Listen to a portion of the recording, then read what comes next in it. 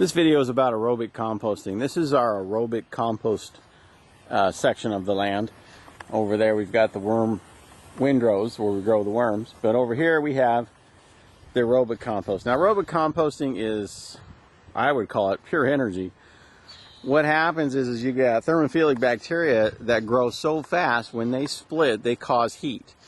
And the grass here is the energy, and the leaves over here is your bedding slash browns that keeps the moisture level good enough for the bacteria to survive and allows air in where the bacteria, if you don't have the air, what happens with the grass is it heats up really fast, the bacteria break down really fast, and it becomes wet and mushy, and then it becomes anaerobic.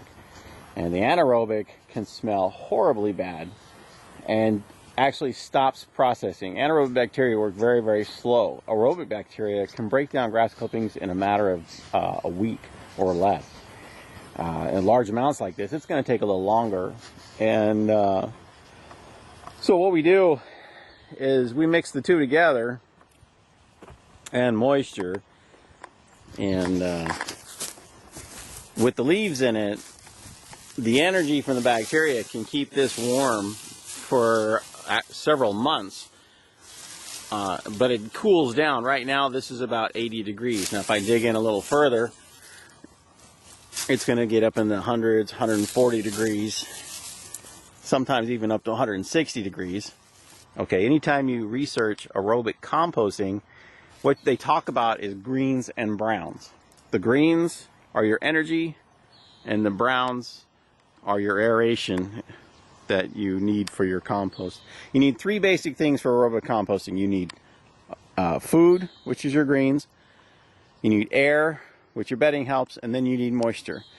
A lot of times what happens is people make piles like this, and they'll just let them sit.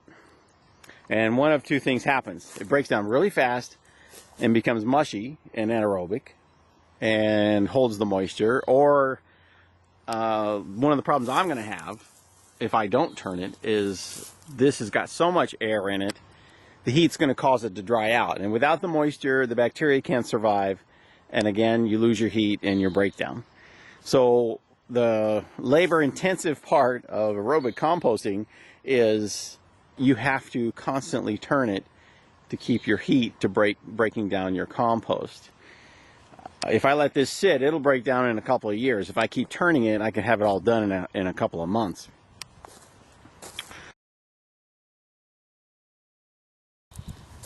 Now if I go straight into the grass, this grass isn't soaking wet yet, so it's nice and fluffy, and oh, it's hot. You can just see the steam. Probably a good 160 degrees in here. Now if I don't get this worked in with the leaves in the next couple days, it's going to get mushy and cold, and I don't want that to happen because then it smells and my neighbors will complain, and I don't want to do that. Right now it kind of still smells like fresh cut grass. My leaves have been here since last fall, so they're just waiting to be turned and put in with something that's going to heat them up a little bit. The worms have probably moved in there, and that's why they're now in my aerobic compost in the areas where it isn't too hot. So that's aerobic composting for you.